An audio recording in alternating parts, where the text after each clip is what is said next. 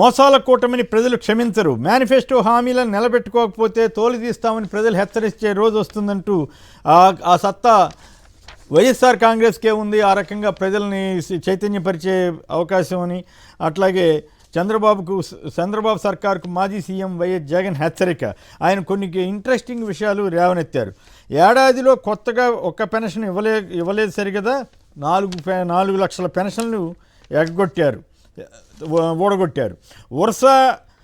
Ursa లాంటి ఊరు పేరు లేని కంపెనీకి 3,000 కోట్ల రూపాయల విలువైన భూమిని కట్టబెడుతున్నారు. నాకింత నీకింత అని దోచుకుంటున్నారు. అలాగే స్టీల్ సిమెంట్ రేట్లు తగ్గిన అమరావతిలో పనుల అంచనాలను అమాంతంగా పెంచేశారు. గతంలో 38,000 కోట్లు అనుకున్నవి ఇప్పుడు 77,000 కోట్లకు పెంచేశారు అన్నట్టుగా ఆయన చెప్తున్నారు. వైసీపీ హయాంలో పిల్లలు ప్రభుత్వ బడుల్లో చదువుతున్నారని గర్వంగా చెప్పుకునే పరిస్థితి నుంచి నాడు అప్పట్లో నో వేకెన్సీ బోర్డులు ఉండేవి. నేడు పిల్లలను ప్రభుత్వ స్కూళ్లకు పంపించేందుకే సందేహించే దుస్థితికి వచ్చారని కూడా ఆయన అంటున్నారు. రామ్నాథ్ గారు చెప్పండి, జగన్ గారి స్పీచ్ ఏ మేరకు వైసీపీని ఉత్తేజపరుస్తుంది, అలాగే ప్రభుత్వాన్ని ఏ మేరకు ఆయన గట్టిగా వార్నింగ్ ఇవ్వగలిగి ఉంటారు? కొమ్మినేని గారు, ఇప్పుడు తెలుగుదేశం పార్టీ కూటమి ప్రభుత్వ తీరు చూస్తూ ఉంటే ఇప్పుడు మాకు కావాల్సింది వాస్తవాలు కాదు, ఈ సందర్భంలో మాకు మధురమైన జ్ఞాపకాలు, మధురమైన అనుభూతులు మాత్రమే అన్నట్టుగా వాళ్ళు ఒక ఊహల్లోకి వెళ్ళిపోతున్నారా అన్న అభిప్రాయం అయితే కలుగుతుంది. ఎంతసేపు వాళ్ళని అరెస్ట్ చేయడం, వీళ్ళని అరెస్ట్ చేయడం, ఏవేవో కేసులు పెట్టడం. నిన్న సునీల్ కుమార్ గారి మీద ఏకంగా విదేశాలకు పర్మిషన్ లేకుండా పోయారని పెట్టేశారు. సాధారణంగా అయితే పెట్టరు. సరే, పోవడం తప్ప కరెక్టా, ఆయన నిజంగా పోయాడా లేదనే తర్వాత. కానీ ఇంత సీరియస్ గా తీసుకొని కేసులు పెట్టి మొదటి పేజీల్లోనే రాయించుకొని ఇంత చేస్తూ ఉన్నారంటే వీళ్ళు కంప్లీట్ గా ఒక ఉద్దేశపూర్వకంగానే డైవర్షన్ పాలిటిక్స్ చేస్తూ ఉన్నారు. మొత్తం దేని మీద చర్చ జరగకూడదు, మనం చేస్తున్న దాని మీద ఏమి చర్చ జరగకూడదు. 99 పైసలకి 21 ఎకరాలు ఇచ్చేసిన, 60 ఎకరాలు ఊరు పేరు లేని కంపెనీకి ఇచ్చేసిన, అక్కడ ఎరపతినేని గారు 2 సిమెంట్ ఫ్యాక్టరీలను 2 నెలల పాటు మూసివేయించిన, ఆదినారాయణ రెడ్డి గారు అక్కడ ఇంకో సిమెంట్ ఫ్యాక్టరీని మూసివేయించిన, ఎక్కడికక్కడ మొన్న పత్రికల్లో రాశారు, పొరపాటు రాశారు ఏమో కానీ, ఆయన వీరయ్య చౌదరి ఆయన హత్య జరిగితే ఈయన లిక్కర్ సిండికేట్ లో చాలా కీలక పాత్ర పోషిస్తున్నారు, అందుకు కూడా హత్య జరిగిండొచ్చు అన్నారు. కారణం ఏదైనప్పటికీ కూడా లిక్కర్ సిండికేట్ అన్నది రాష్ట్రంలో విజృంభిస్తోంది, తెలుగుదేశం పార్టీ నాయకులు డైరెక్ట్ గా ఇన్వాల్వ్ అయ్యారని వాళ్ళ పత్రికల్లో కూడా రాసుకున్నారు. మొత్తం ఎక్కడా కూడా ప్రతిదీ ఉపాధి హామీ పథకం నుంచి మొదలు పెడితే లిక్కర్ వరకు 50,000కు పైగా బెల్ట్ షాపులు వచ్చేసాయి. దీని మీద ఏమీ కూడా చర్చ జరగకూడదు. మనకు ఎంతసేపు చర్చ ఏంటంటే వాళ్ళు బూతులు తిట్టారు, వీళ్ళు బూతులు తిట్టారు, పిఎస్ఆర్ ఆంజనేయులు అట్ట చేశారు, అప్పట్లో లిక్కర్ స్కామ్. అయితే ఇక్కడ ఒక ఇంట్రెస్టింగ్ విషయం ఏంటంటే ఆ బూతులు తిట్టి బండ బూతులు తిట్టిన ఆ కిరణ్ అన్న అతనికి మాత్రం వెంటనే బెయిల్ వచ్చేటట్టు మాత్రం ఏర్పాట్లు చేశారట. తెలియజేసిన వాళ్ళైతే చాలు, ఆ అభ్యంతరం కూడా తెలిపలేదు. కానీ వైఎస్ఆర్ కాంగ్రెస్ పార్టీ నుంచి అరెస్ట్ అయిన వాళ్ళు మాత్రం నెలల తరబడి లోపల ఉంటుంది. అంటే ఎలా నడుస్తుంది ఈ సిస్టమ్ అన్నది కూడా ఇక్కడ మనం గమనించవచ్చు. అన్నింటికి మించి ఏంటి అంటే ప్రజల్లో కూడా ఒక స్తబ్దత వచ్చేసింది, ఒక నిర్ధారణ వచ్చేసింది, మనం మళ్ళీ మోసపోయాం చంద్రబాబు గారి చేతిలో అని. చంద్రబాబు నాయుడు గారు ఎంతసేపు ఇంకా నాకు తెలిసి ఈ మూవ్మెంట్ ఇలాగే ఉంటే ఈ రైతు భరోసా మిగిలిన పథకాలు కూడా ఇవ్వాల్సిన అవసరం లేదని కూడా ఆయన ఒక రోజు ప్రకటిస్తారో ఏమో చూడాలి.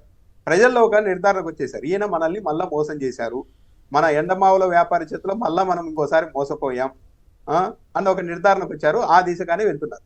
నిజంగానే చెప్పాలంటే ఒక మాట వాడారు నేను, జగన్మోహన్ రెడ్డి గారు గ్రాడియేటర్ల ఫైట్ లాగా మార్చేశారు ఈ స్టేట్మెంట్. నిజం, అసలు రాష్ట్రంలో పరిపాలన ఏం జరుగుతోంది, ఎక్కడ ఏ అవినీతి జరుగుతుంది, ఎలా ఉంది అనే దాని మీద కాకుండా కేవలం పోలీసులు వైసీపీ నాయకుల్ని అరెస్ట్ చేయడం, లోపలేయడం, దాని మీద ప్రచారం చేసుకోవడం చేస్తున్నారు. అంటే స్టేట్ మీద పూర్తిగా రాష్ట్ర ప్రభుత్వానికి పట్టు కోల్పోయింది. కంప్లీట్ గా తెలుగుదేశం పార్టీ వాళ్ళకి అప్పగించేశారు. స్టేట్ ప్రతి వనరు అన్ని కూడా తెలుగుదేశం పార్టీ వాళ్ళకి ఇచ్చేశారు. వీళ్ళు కేవలం దాని మీద చర్చ జరగకుండా డైవర్ట్ చేయాలనుకుంటున్నారు. కానీ ఇది అయ్యే పని కాదు. మన టీవీ ఛానల్లో వాళ్ళ టీవీ ఛానల్లో డిబేట్ పెట్టుకున్నంత మాత్రాన ప్రపంచం మొత్తం అదే చూసి అదే నిజం అనుకుంటుందంటే కాదు. ఒక వాస్తవిక ప్రపంచం అన్నది ఒకటి ఉంది. వాస్తవికతలో బతికే ప్రజలు అనే వాళ్ళు ఉన్నారు.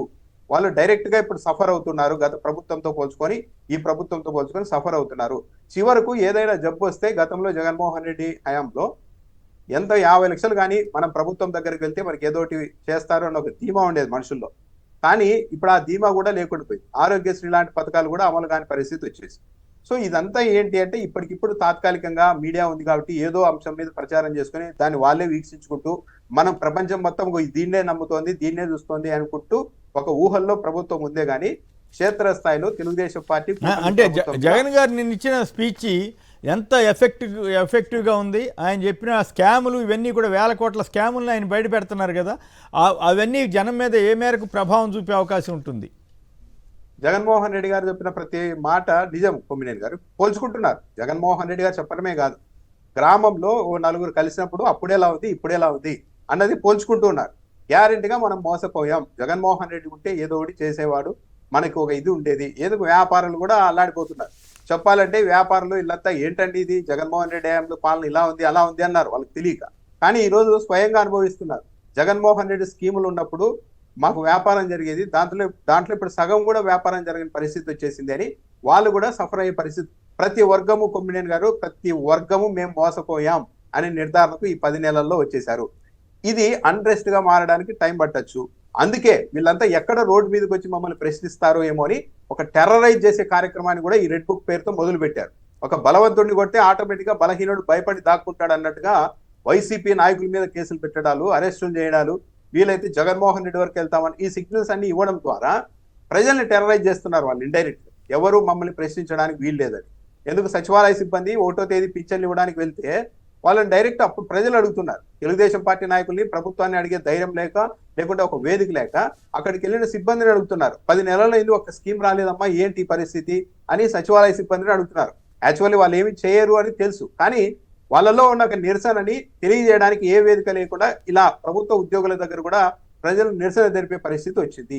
ఎన్ని చెప్పుకున్నా కూడా, ఎన్ని మాయమాటలు చెప్పినా, ఎంత రెడ్ బుక్ అని పెట్టుకున్నా, ఎంతమందిని అరెస్ట్ చేసుకున్నా కూడా ఇవన్నీ 2029 వరకు నడవచ్చేమో. కానీ ఆ తర్వాత ఒక్కసారిగా కూటమి ప్రభుత్వానికి విపరీతమైన ఎదురు దెబ్బ అన్నది భారీగా తగలడం అవకాశం ఉంటుంది. ఇంకా టైం ఉంది. ఇప్పటికైనా ఇవన్నీ మానేసి ప్రజలకు ఏం చేయాలి, ప్రజలకు ఎలా దగ్గర అవ్వాలి అన్న దిశలో కూటమి ప్రభుత్వం ఆలోచన చేసుకుంటే మంచిది. సమయం ఎప్పుడైనా కానీ, ఇప్పుడు 7 గంటల సమయం అయిందంటే ఆటోమేటిక్గా 8 గంటల సమయం కాకుండా ఉండదు.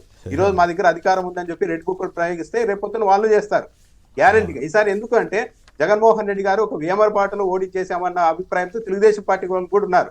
జగన్మోహన్ రెడ్డి ప్రజలకు నేను మంచి చేస్తున్నా కాబట్టి గెలిపిస్తారులే అని ఒక ఏమరపాటుతో ఉండగా మనం ఇష్టానుసారం ప్రచారం చేసి ఓడగొట్టాం. కానీ ఈసారి వైసీపీ అధికారంలోనికి వస్తే ఇలా ఉండదు అన్న విషయం, ఆ భయం తెలుగుదేశం పార్టీ వాళ్ళలో కూడా ఉంది. ఆ భయం ఉండి ఓవర్కమ్ చేయడానికి మళ్ళీ ఇంకా భయపెడుతున్నారు. సో ఇది ఎట్టి అయినా సరే తర్వాత తెలుగుదేశం పార్టీ నాయకులు, కార్యకర్తలు అందరూ సఫర్ అవుతారు ఈ రెడ్ బుక్ వల్ల. నారా లోకేష్ గారు ఏదో అరెస్టులు చేయిస్తున్నారు, చంద్రబాబు నాయుడు గారు అందరినీ లోపల వేయిస్తున్నారని తెలుగుదేశం పార్టీ వాళ్ళు ఈరోజు చప్పట్లు కొట్టొచ్చు, కానీ ఇది తిరిగి మళ్ళీ మీ దగ్గరికే వస్తుంది. ఇది బ్యాడ్ ప్రాక్టీస్. దీన్ని పార్టీలకు అతీతంగా ఖండించాల్సిన అవసరం ఉంది. ఎందుకంటే తెలుగుదేశం పార్టీ వాళ్ళు లెక్కకు మించి చేస్తున్నారు అన్యాయాలు, అక్రమాలు. అవన్నీ కూడా వాళ్ళ వరకు వస్తాయి. ఆ ఇష్యూస్లో మళ్ళీ వెళదాం. ఫైనల్గా చెప్పండి, మోసాల కూటమని ప్రజలు క్షమించరు అని జగన్ గారు చాలా స్పష్టంగా చెబుతూ అనేక స్కాములు వీటన్నింటినీ చెప్పారు. సో వీటి ఎఫెక్ట్ జనంలో ఎంత ఉంటుంది, నిజంగా క్షమించే పరిస్థితి ఉందా జగన్ గారు చెప్పినట్లు అనేది నా ప్రశ్న. క్షమించే పరిస్థితి అనేది ఇక రాకపోవచ్చు కొమ్మినేని గారు. ఎందుకంటే చంద్రబాబు నాయుడు గారికి ఇచ్చినంత అవకాశాలు ప్రజలు ఎవరికీ లేదు. పదే ఆయన ఎప్పుడైనా కూడా ఎన్నికల ముందు ఒకటి చెప్పడం, వచ్చిన తర్వాత మోసం చేయడం వస్తూ వచ్చారు. కానీ ఈసారి పవన్ కళ్యాణ్ బీజేపీని అందరినీ తెచ్చుకొని సూపర్ 6 అంటూ రకరకాల హామీలు ఇచ్చి ప్రతి వ్యక్తికి మనకి సార్ నాకు ఇది కావాలంటే సరే నీకు ఇచ్చేస్తాను పోనీ వ్యక్తులతో సహా, వ్యక్తులకు, సమూహాలకు, వర్గాలకు అందరికీ హామీలు ఇచ్చుకుంటూ వెళ్ళి ఈరోజు ఒక్కరికి కూడా ఏమీ అమలు చేయనప్పుడు ప్రజలు ఎలా నమ్ముతారు? ఇంకోసారి గ్యారెంటీగా ఈసారి ప్రజలు చంద్రబాబు నాయుడు గారికి ఓడించడం అయితే దాదాపు ఖాయంగా కనపడుతుంది. ఇలాగుంటే పరిపాలన ఇలాగే సాగితే గ్యారెంటీగా తెలుగుదేశం పార్టీకి ఇబ్బంది ఉంటుంది. రైట్. పుల్లయ్య నాయుడు గారు, కోనసీమ, చెప్పండి, మోసాల కూటమిని ప్రజలు క్షమించరని జగన్ గారు అంటున్నారు, మీరు ఏకీపిస్తారా? అందరికీ నమస్కారం అండి. నమస్తే, మాట్లాడండి. ఈ మోసాల్లో పచ్చి మోసం ఒకటి ఇప్పుడు కొత్తగా వినిపిస్తుందండి రైతుల దగ్గర. ఏంటది? ఈ మోసాల్లో పచ్చి మోసం ఒకటి కొత్తగా వినిపిస్తుందండి రైతుల దగ్గర. ఓకే. ల్యాండ్ టైటింగ్ యాక్ట్ అని జగన్ గారు పెడితే దాన్ని మదనం చేసి వీరి అధికారంలోకి వచ్చి ఈ రోజు కొత్తగా రీసర్వే చేస్తున్నారు. అప్పుడు సర్వే చేస్తేనే తప్పు అన్నారు, ఇప్పుడు మళ్ళీ రీసర్వే చేస్తున్నారు. సర్వే చేసిన వాళ్ళకి చాలా మందికి 60 ఎకరాలు కూడా తక్కువ వస్తున్నాయంటండి. మరి ఇప్పుడు ఏం చెప్తారు? దాని ప్రకారం ఒక్క నిమిషం అండి, దాని ప్రకారం మనం అంగీకరించినట్టే అని మనం ట్యాక్స్ కట్టేసినా కూడా దాని ప్రకారం మనం అంగీకరించినట్టు అవుద్దంటండి. ఏంటండి, నాకు అర్థం కాల. ఇప్పుడు సర్వేలో మనకి ఎకరం తక్కువ వచ్చింది అనుకోండి, ఆ ఎకరానికి మనకి ట్యాక్స్ తగ్గినట్టు ట్యాక్స్ పంపిస్తారండి. ఓహో, ట్యాక్స్ కూడా అంతే తగ్గించి పంపిస్తారు. సో దట్ మీరు ఒప్పేసుకున్నట్టేనా? ఆ ఎకరానికి ఒప్పేసుకున్నట్టు అవుద్దంటండి. ఓకే, మరి ఇప్పుడు మరి జనం అడగట్లేదా? అప్పుడు జగన్ గారు లాగేసుకుంటారని చెప్పే ప్రచారం చేశారు. ఇప్పుడు చంద్రబాబు గారు, పవన్ కళ్యాణ్ గారు లాగేసుకుంటారని జనం అనుకోరా మరి?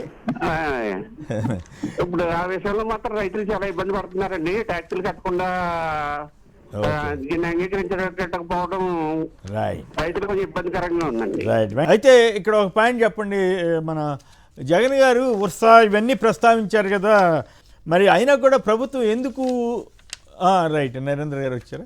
నరేంద్ర గారు, జగన్ గారి స్పీచ్ మీద మీ విశ్లేషణ చెప్పండి. అది జగన్మోహన్ రెడ్డి గారు నిన్న ముఖ్యంగా ఒక విధంగా చెప్పాలి అంటే చాలా ఉత్సాహాన్ని, చాలా ధైర్యాన్ని ఇంకా రెట్టింపు చేశారని చెప్పచ్చు. అది పార్టీ కార్యకర్తలకే కానీ, నాయకులకే కానీ, ప్రజలకి కూడా చాలా స్పష్టంగా ఎంత క్లియర్ గా చెప్పారంటే దీని విషయంలో ప్రభుత్వం ఎంతదిగా విఫలం చెందింది, దీని మీద మేము పోరాడతామనే దానికే కాకుండా మీరు చేసిన తప్పుడు పనులకి మేము చాలా గట్టిగా స్పందిస్తామని చెప్పి, ముఖ్యంగా ఈ పోరాటం చేసే దానిలో మహిళలు చాలా స్ట్రాంగ్ గా నిలబడ్డారనే విషయానికి ఆయన ధైర్యాన్ని, వాళ్ళు చేస్తున్నటువంటి సపోర్ట్ కానీ, వాళ్ళు పార్టీ తరఫున నిలబడిన దానికి కానీ, వాళ్ళ ధైర్యానికి కానీ ఆయన అభినందనలు తెలియజేశారు. అయితే ఈ కూటమి ప్రభుత్వం చేస్తున్నటువంటి అరాచకాల విషయంలో ప్రజలకి చాలా స్పష్టంగా డే బై డే తెలుస్తూ వస్తుందండి. అంటే ఏదైతే చంద్రబాబు నాయుడు గారికి ఉన్నటువంటి అలవాటు ఉందో, అధికారంలో ఏ రోజు ఆయన స్ట్రైట్ గా రాలేదు. ఎప్పుడు కూడా దొంగదారిలోనో తప్పుడు మాటలతోనో అధికారంలోకి వచ్చారు తప్పించి, మీరు ఆయన యొక్క కెరీర్ లో ఎప్పుడు తీసుకున్నా ఆయన అధికారంలోకి స్ట్రైట్ గా వచ్చింది ఆయన రికార్డులోనే లేదు. అయితే అదే పందాలో మొన్న కూడా ఏదైతే కేంద్ర ప్రభుత్వాన్ని అడ్డు పెట్టుకుని, అది కూడా ఆ సమయానికి ఎలక్షన్ కమిషన్ తో వాళ్ళు చేసినటువంటి డ్రామాలు కానీ, వాళ్ళు పోలీస్ అధికారులను కూడా అడ్డుపెట్టి ఇక్కడ ఎలక్షన్ ఓటింగ్ విషయంలో ఏం చేశారనేది మనందరికీ చాలా స్పష్టంగా తెలిసింది. మరి వచ్చే ముందు ఆయన చెప్పినటువంటి చాలా గొప్ప విషయం ఏంటంటే, తెలుగుదేశం పార్టీ అనేది అధికారంలోకి వస్తే సంపదను సృష్టిస్తా ఉన్నారు. నిజంగానే చాలా ఆయన మొట్టమొదటిసారి ఆయన అన్న మాట నిలబెట్టుకున్నారండి. నాకు చాలా అభినందించాలి. ఎందుకని చెప్పంటారా, మొన్న టీసీఎస్ కి ఇచ్చినప్పుడు ల్యాండ్ ఎకరం 99 పైసలకి ఇచ్చారంటే అది చాలా పెద్ద ఎత్తున మనకి రాష్ట్రానికి ఖజానా నిండిపోయేటువంటి సంపద. ఎందుకంటే గతంలో చంద్రబాబు నాయుడు గారు, మీకు గుర్తుంటే ఒకసారి నెమరేసుకుంటే, ఉమ్మడి రాష్ట్రంగా ఉన్నట్టు తెలుగు రాష్ట్రం ఉన్నప్పుడు ఆయన అధికారంలో ఉండి ఇదే ఫైనాన్షియల్ డిస్ట్రిక్ట్ లో 2 కంపెనీలకండి, మొట్టమొదటిది ఒకటి ఐసిఐసిఐ బ్యాంక్, ఇంకొక కంపెనీకి ఆయన 35 ఎకరాలు ఐసిఐసిఐ బ్యాంకును, ఇంకొక కంపెనీకి 28 ఎకరాలు ఫ్రీ ఆఫ్ కాస్ట్ లో ఇవ్వడం జరిగిందండి. ఆ ఫ్రీ ఆఫ్ కాస్ట్ లో అలాట్ చేసినప్పుడు ఆ రోజు రెవెన్యూ డిపార్ట్మెంట్ లో ఉన్నటువంటి ఒక అధికారి ఆయన రాసినటువంటి అబ్జర్వేషన్స్, జనరల్ గా రెవెన్యూ డిపార్ట్మెంట్ లో కొంతమంది ఆఫీసర్స్ అబ్జర్వేషన్స్ రాస్తారు. ఆయన రాసినప్పుడు ఏంటంటే, ICICI bank and the other company whom they are already into the market and they are doing very good profits and they can even have capacity of paying the minimum market value, why can't be recover from them అని చెప్పని ఆయన note పెడితే, దాని మీద అడ్డంగా ఆయన చంద్రబాబు నాయుడు గారు కొట్టేసేసి allotted at free of cost అని చెప్పని రాయడం జరిగింది. దాన్ని బట్టి పోల్చుకుంటే ఇవాళ ఆయన సంపద చాలా ఎక్కువగానే సృష్టించారు. టీసీఎస్ విషయంలో 99 పైసలు చెప్పని ఎకరానికి తీసుకోవాలని చెప్పి చాలా గర్వంగా మనం చెప్పుకోవచ్చు. ఎందుకంటే చంద్రబాబు నాయుడు గారి యొక్క చతురత ఏంటిదనేది ప్రజలకు రోజు రోజుకి అర్థమవుతుంది. ఇదే కాకుండా ఆయన సంబంధించి ప్రతిసారి అధికారంలోకి వచ్చినప్పుడు ఇట్లాంటి లాంటి కొన్ని కంపెనీలు పుట్టుకొస్తాయి. ఉర్సు లాంటిది కాకుండా గతంలో కూడా ఆ పేరు మనం చెప్పుకోవడం బాగోదు. ఫైనల్గా రామ్నాథ్ గారు, మీరు దీన్ని కంక్లూడ్ ఇవ్వండి. జగన్ గారు ఈ ఉర్సా ఇవన్నీ కూడా 3000 కోట్ల స్కాము ఇవన్నీ చెప్పారు కదా, అయినా ప్రభుత్వం దాన్ని ఏం పట్టించుకునే పరిస్థితి లేదంటారా? అంటే ఇక్కడ కొమ్మినేని గారు, ఈ కంపెనీ ప్రతినిధులు ఎవరన్నవారు కొత్తగా రోజుకొకరు పైకి వస్తూ ఉన్నారు. మొన్న ఆయన జై తాళ్ళూరి అని ఆయన వచ్చారు. ఈయన ఎవరు? తానా మాజీ అధ్యక్షుడు, సీఎం రమేష్ గారికి వియంకుడు ఆ కుటుంబం. ఆయన వచ్చి నేను ప్రమోటర్ అని చెప్పి ఒక మొన్న జూమ్ మీటింగ్లోకి వచ్చారు. సరే ఇన్ని వేల కోట్ల పెట్టుబడులు పెట్టే వాళ్ళు ఎవరు అంటే ఇన్వెస్టర్లు మేము బయటికి చెప్పము, మాకు ఒప్పందం ఉంది, ఇన్వెస్టర్ పేర్లు చెప్పడానికి లేదన్నాడు. మరి కనీసం ప్రభుత్వానికైనా తెలుసా? 99 పైసలకి అని ఇవ్వాలనుకున్నారు, కానీ ఎప్పుడైతే ఇదంతా పెద్ద వివాదమైందో అప్పుడు బయటకు వచ్చి లేదు 50 లక్షలకు అడిగామని చెప్తున్నారు. 50 లక్షలకైనా ఎందుకు ఇవ్వాలి? ఎకరా 50 కోట్ల రూపాయలు విలువ చేసిన ల్యాండ్కి 50 లక్షల రూపాయలకి ఏంటి చేయాలంటే ఒక చిన్న గీత గీసి మళ్ళీ ఒక పెద్ద గీత గీసినట్టు. ఫస్ట్ లో ప్రభుత్వం టీసీఎస్ కు 99 పైసలు అని చెప్పిందే కానీ ఈ ఉర్సాకి ఎంతకి ఇస్తామనేది చెప్పలేదు. అంటే ఎవరు దీని మీద ప్రశ్నించి ఉండకపోతే 99 పైసలకే కట్టబెట్టి ఉండేవాళ్ళు ఇలాగే. పైగా ఇంకోటి ఏంటండి, ఈ ఉర్సా కంపెనీ నినగాహమన పెట్టిన కంపెనీకి కానీ ఈవెన్ టీసీఎస్ కానీ అంత వాల్యుబుల్ ల్యాండ్ ఇవ్వాల్సిన అవసరం ఏముంది? ఎక్కడైనా కొంచెం ఊరికి దూరంగా ఇస్తే అక్కడ కూడా డెవలప్ అవుతాయి కదా. ఆ డేటా సెంటర్లు దూరంగా అయినా పెట్టచ్చు. ఇంకొకటి ఇప్పుడు టీసీఎస్ మీద ఉన్న గౌరవంతో మాట్లాడటం లేదు, కానీ చాలా మంది టీసీఎస్ వాళ్ళు కూడా ఆలోచించుకోవాలి. ఏటా 1000 కోట్ల రూపాయల ఆదాయం వస్తూ ఉన్నప్పుడు అది మహోన్నతమైన రతన్ టాటా గారి సేవాభావంతో ప్రజల కోసం నడుపుతారు, బాగా సేవ చేస్తారని ఇది ఉన్నప్పుడు ఆ కంపెనీ 99 పైసలకి ఇస్తాము అంటే తీసుకోవడం ఏంటి? ఇప్పుడు మనం రోడ్డు మీద వెళ్తూ ఉంటాము, ఎవరన్నా వ్యక్తి వచ్చి నీకు రూపాయి దానం చేస్తానంటే నాకెందుకైనా నాకు అవసరం లేదని చెప్తాం, కావాలంటే ఆ అవసరం ఉన్న వాళ్ళకి ఏంటి అని చెప్తాం.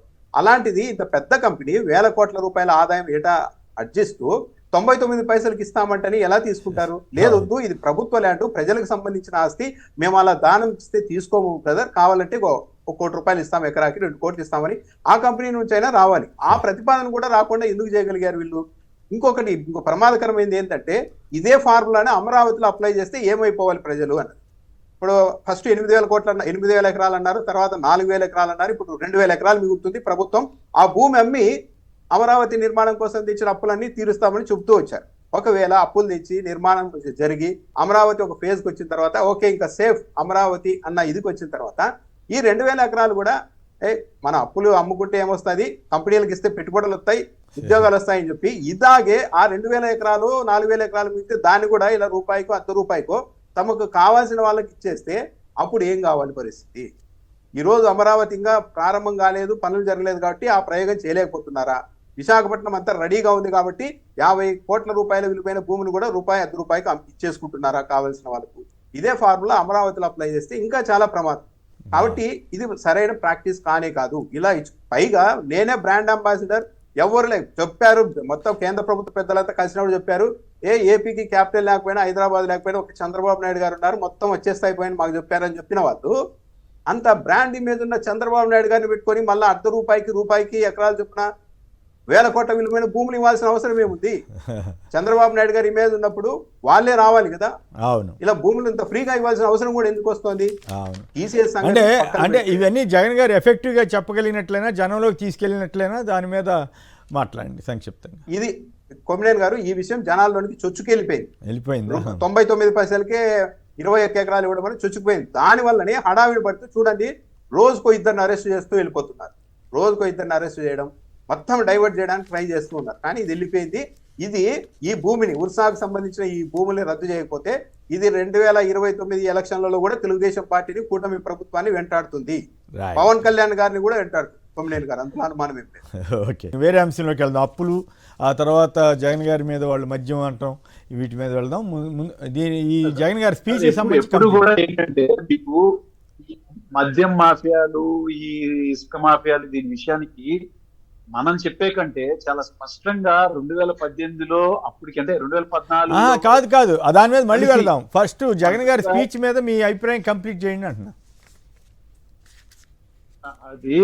అదేనండి, ఇప్పుడు ఏదైనా కూడా వాళ్ళు ఎట్లా అంటే ఒక టైం చూసుకుని కేసులు పెట్టడానికి ముందుగా వాళ్ళు వేస్తున్నటువంటి ఒక్కొక్కటి పందా ఏంటంటే దీనిలో జగన్ గారికి వాటా ఉంది, మద్యం దానిలో వాటా ఉంది, ల్యాండ్ మాఫియాలో మైన్స్ వీటన్నిటిలో కూడా ఉందని చెప్పని వాళ్ళు తెలియచేయాలనుకుంటుంది ఏంటి అంటే చంద్రబాబు నాయుడు గారిని అరెస్ట్ చేశారండి.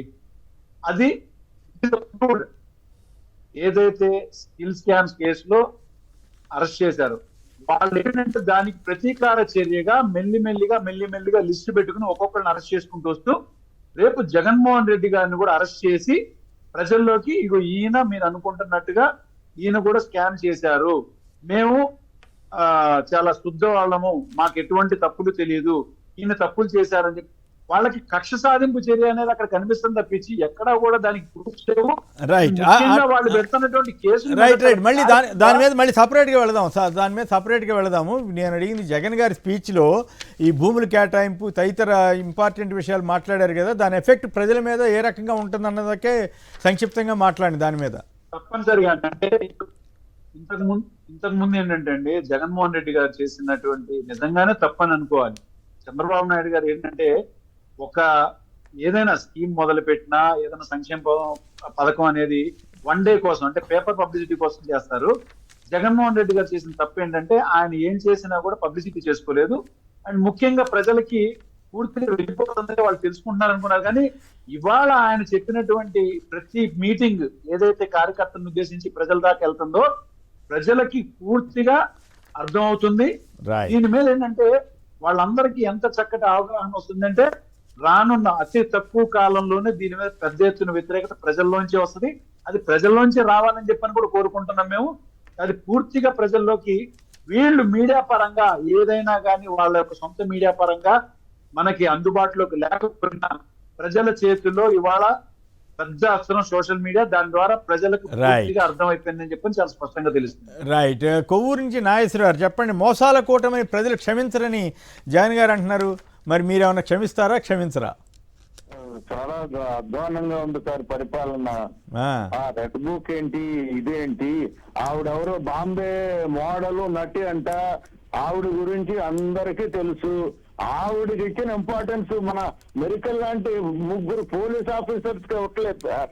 ఈ పోలీస్ ఆఫీసర్స్ ముగ్గురు చాలా ఎఫిషియెంట్ ఆఫీసర్స్, వీళ్ళ ముగ్గురిని ఆవిడ మాట మీద జైల్లో పెట్టారంటే ఏం సార్ ఇది ప్రభుత్వం లేదా ఏం పరిపాలన? పైగా ఆవిడ పనిగట్టు తీసుకొచ్చి హైదరాబాద్ తీసుకొచ్చి మరి ఏం సార్ ఆవిడ ఏంటో, ఆవిడ ఎలా బ్లాక్ మెయిల్ చేస్తుందో డబ్బున్న వాళ్ళు అది అందరికీ తెలుసు. అవును.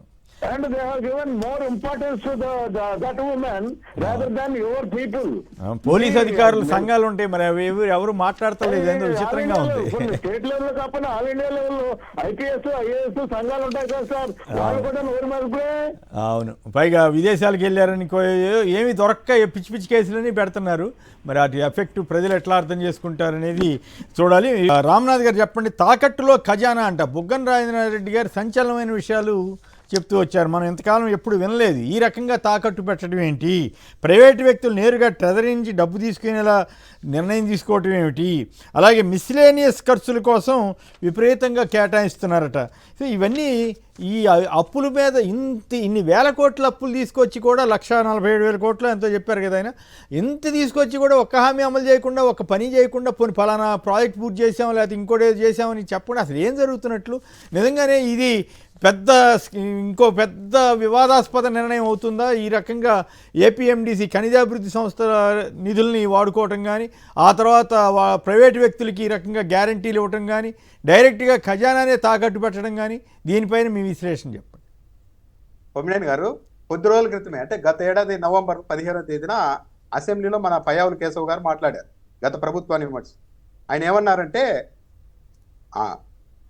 ఆస్తులు ఎప్పుడు తాకట్టు పెడతాం అధ్యక్ష, వాడికి మార్కెట్లో అప్పు పుట్టినప్పుడు, చేయబదులు కూడా పుట్టినప్పుడు, సంతకం పెట్టి అగ్రిమెంట్ రాసినా వాడికి అప్పు పుట్టినప్పుడు కదా ఆస్తులు తాకట్టు పెట్టేది అధ్యక్ష అన్నారు. రాష్ట్ర ప్రభుత్వం ఆస్తులు తాకట్టు పెడుతున్నారు అంటే బ్యాంకులు కూడా ఎవరు అప్పులు ఇవ్వడానికి ముందుకు రాలేదని అర్థము. దీన్ని బట్టే అర్థమవుతుంది ఎలా నడిచింది అని. అంటే అప్పట్లో అప్పులు ఇచ్చినప్పుడు బ్యాంకులు ఏదైనా షూరిటీగా చూపెట్టమంటే 2-3 ప్రభుత్వ కార్యాలయాలను పెట్టారు. దానిపైన అసలు మొహం చూసి ఎవడు అప్పుడు ఇవ్వనప్పుడే, బ్యాంకులు అప్పులు ఇవ్వనప్పుడే ఈ పరిస్థితి వస్తుందని మాట్లాడారు.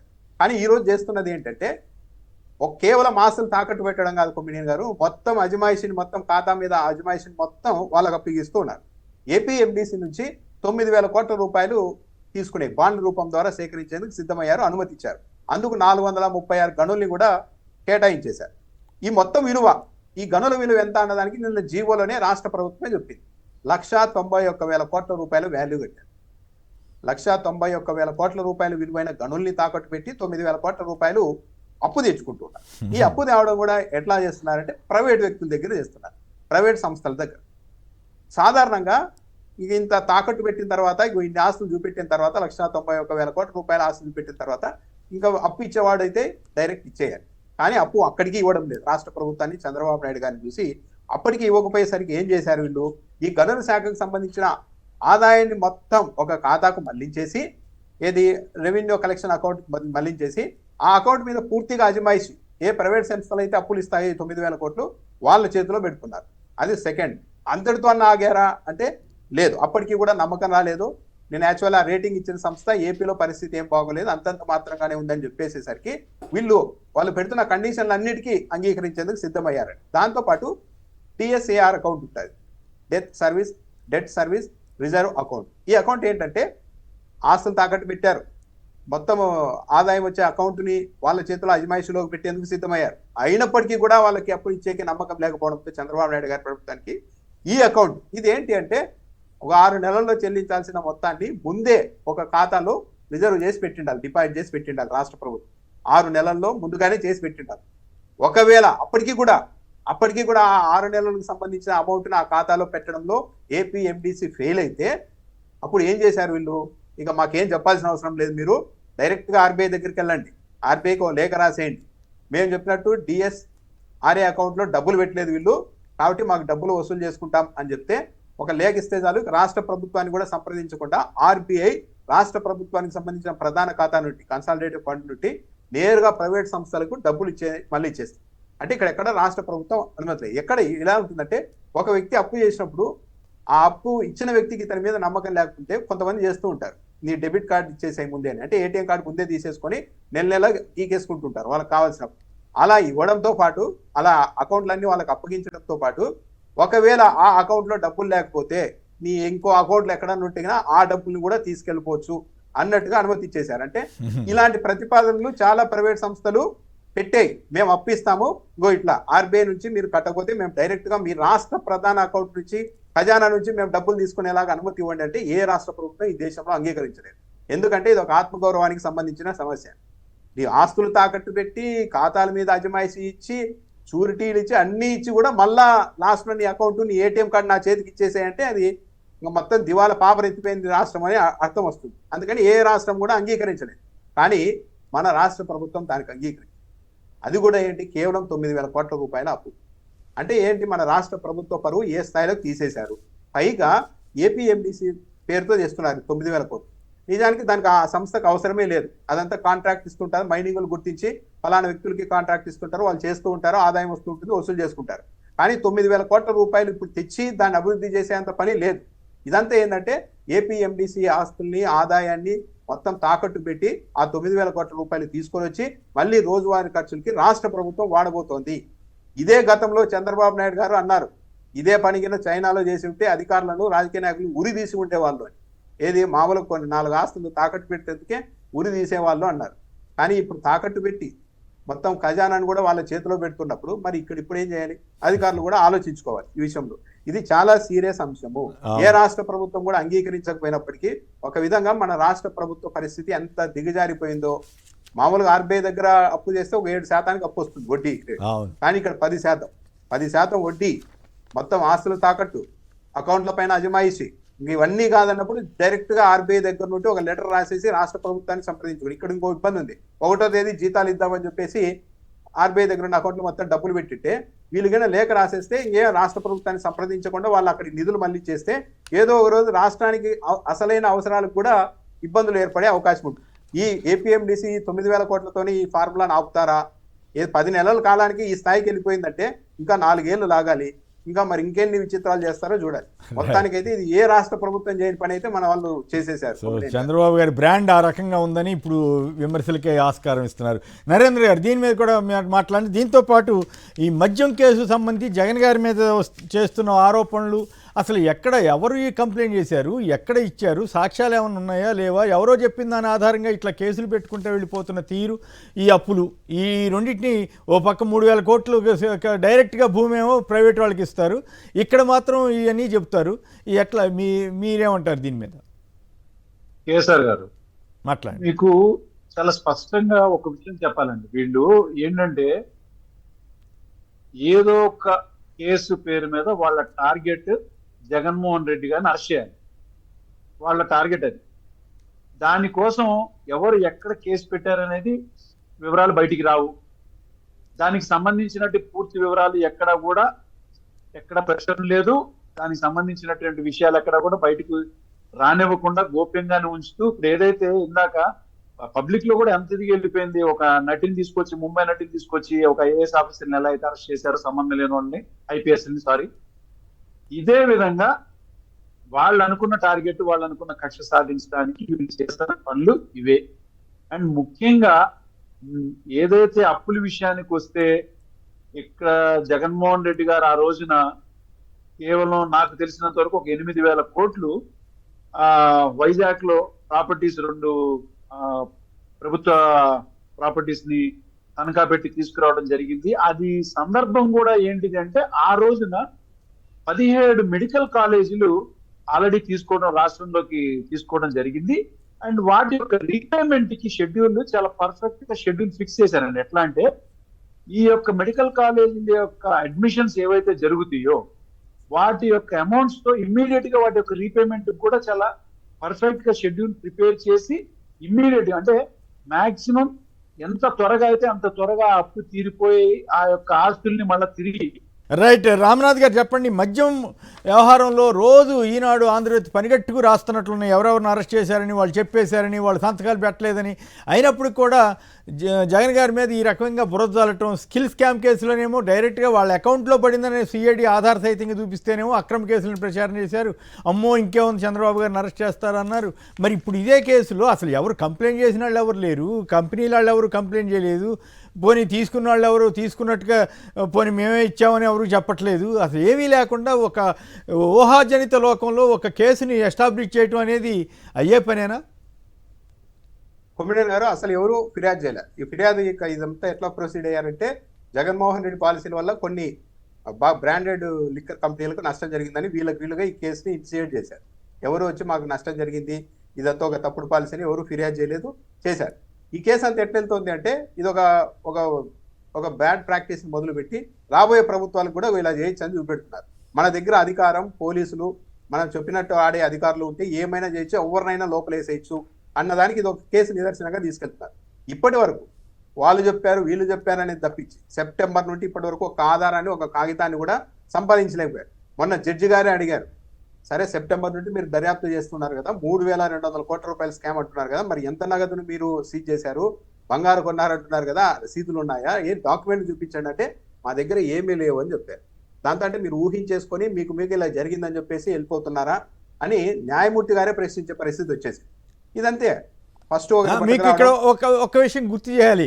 అప్పుడు ఈ రాజ్ కసిరెడ్డి గారి ఆర్గనైజేషన్స్ మీద, లేకపోతే ఆయన ఇంట్లో సోదాలు చేసినప్పుడు కీలకమైన డాక్యుమెంట్లు దొరికిపోయాయి అన్నట్టుగా ఈ బిల్డప్ బాబాయిలు రాశారు, గుర్తుందా మీకు? మరి ఆ డాక్యుమెంట్లు ఉంటే జడ్జి గారికి చూపించి ఉండొచ్చుగా. కొమ్మినేని గారు, మీకు తెలియదు ఏముంది, మీడియా అంటే ఇప్పుడు ఎలా అయిపోయిందంటే, ఆడ దాడులు జరుగుతున్నాయంటే అమ్మాయి కీలకమైన సమాచారం వచ్చేసింది అని రాయడం, అరెస్టు చేయగానే ఇంకా విచారించడానికి ఇంకా మంచినీళ్ళు తాగుతూ ఉండగానే మొత్తం చెప్పేసిన కసిరెడ్డి అని రాసేయడం. ఇది ఒక ప్రాక్టీస్ అంతే. ఆడ ఏం దొరికిందా లేదా అనేది ఏం సంబంధం లేదు, దొరికేసింది అయిపోయింది అని రాయడం. రాజు కసిరెడ్డి ఫస్ట్ ఏం చేశారు, వీళ్ళు వాసుదేవరెడ్డిని పిలుచుకొచ్చారు. ఆయన్ని రకరకాలుగా చిత్రహింసలు పెట్టి వాంగ్మూలం తీసుకున్నారు, ఆయనతో కొన్ని పేర్లు చెప్పించుకున్నారు, ఆయన్ని ఢిల్లీకి పంపించేశారు, కేంద్ర సర్వీసులు హ్యాపీగా వెళ్ళిపోవచ్చు. ఆయన కూడా నిందితుడే, ఆయన్ని అరెస్టు చేయలేదు. విజయసాయి రెడ్డి గారు A5, ఆయన్ని అరెస్టు చేయలేదు. ఇలా పిలుస్తున్నారు కానీ ఎవరిని అరెస్టు చేయడం లేదు. రాజ్ కసిరెడ్డి, మళ్ళీ ఈరోజు చాణిక్య. రాజ్ కసిరెడ్డి ఆయన అంతా చెప్పేశారంటే చివరకు వాళ్ళ సిట్ రిపోర్ట్, రిమాండ్ రిపోర్ట్లని ఈయన సంతకం చేయలేదని చెప్తారు. ఆయన ఇష్టపూర్వకంగా చెప్పి ఇంకా సంతకం చేయకుండా ఎందుకుంటారు కొమ్మినేని గారు? అందులో నడిచిపోయింది ఏంటి అంటే, కోర్టులు అంటే నాకు ఇక్కడ చిన్న డౌట్, విజయసాయి రెడ్డి గారు తన్ని వదిలేస్తారనుకున్నారా ఏంటి? అందుకే ఏదో కామెంట్ చేశారని వచ్చింది. మరి ఇప్పుడు ఆయన మీద కూడా అక్యూజ్డ్ అని పెట్టారు. అంటే వాళ్ళకేమి ఇంత తగ్గినా కూడా దయాదాక్షిణ్యం ఉండదని తేలిపోయిందా ఎట్లా? అది మీకేమనిపించింది? అది అదే ఇప్పుడు నేను మొత్తం సహకరిస్తున్నాను వైసీపీ వాళ్ళందరినీ అంటున్నాను, విజిల్ బ్లోవర్ గా ప్రకటించేసుకున్నారు. పాపం అది జరిగిన వెంటనే నిందితుడిగా చేశారు. అంటే ఇప్పుడు ఎవరి వైపు నిలబడాలో ఆయన ఆలోచించుకోవాలి. యూజ్ అండ్ త్రో వ్యవహారం అంతే. ఆయనతో ఆడికి అయిపోయింది ఆపరేషన్ కాబట్టి ఇంకా నిందితుడి జాబితాలో చేర్చేశారు. పైగా విజయసాయి రెడ్డి గారిని నిందితుడిగా చేర్చకపోతే ఇదంతా కుమ్మక్క అయిపోయారు వీళ్ళన్న విషయం బయటికి క్లియర్ గా అర్థమైపోతుందని చెప్పి కొద్దిగా జాగ్రత్త పడినట్టుగా ఉన్నారు. మరి ఆ కేసులో ఈ కొమ్మినేని గారు ఇదంతా ఏంటంటే, ఇది కేవలం రిమాండ్ పంపించడానికి జరుగుతున్న కేసు. ఇది ట్రయల్లో నిలబడే కేసు కాదు, ఇది శిక్షలు పడే కేసు కాదు. వాళ్ళకి ఆ విషయం తెలుసు. సెప్టెంబర్ నుండి ఇప్పటి వరకు దర్యాప్తు చేస్తుంటే ఒక కాగితం రాలేదంట. పైగా ప్రజల్లోకి ఏం తీసుకెళ్తున్నారు, ఎంత తెలివిగా తీసుకెళ్తున్నారంటే, అసలు పెద్ద స్కామ్ చేశారంట, కానీ వీళ్ళు తెలివితేటలన్నీ ఉపయోగించి అసలు ఒక కాగితం కూడా దొరకకుండా చేశారంట అండి, ఇంత అన్యాయం అండి అని మళ్ళీ వాళ్ళే ప్రచారం చేస్తున్నారు. అంటే ప్రజల్లో ఏమో ఇది ఒక స్కామ్ జరిగిందని ఒక వాళ్ళ ఒక నిర్ణయానికి వచ్చేలాగా ప్రచారం చేయాలి.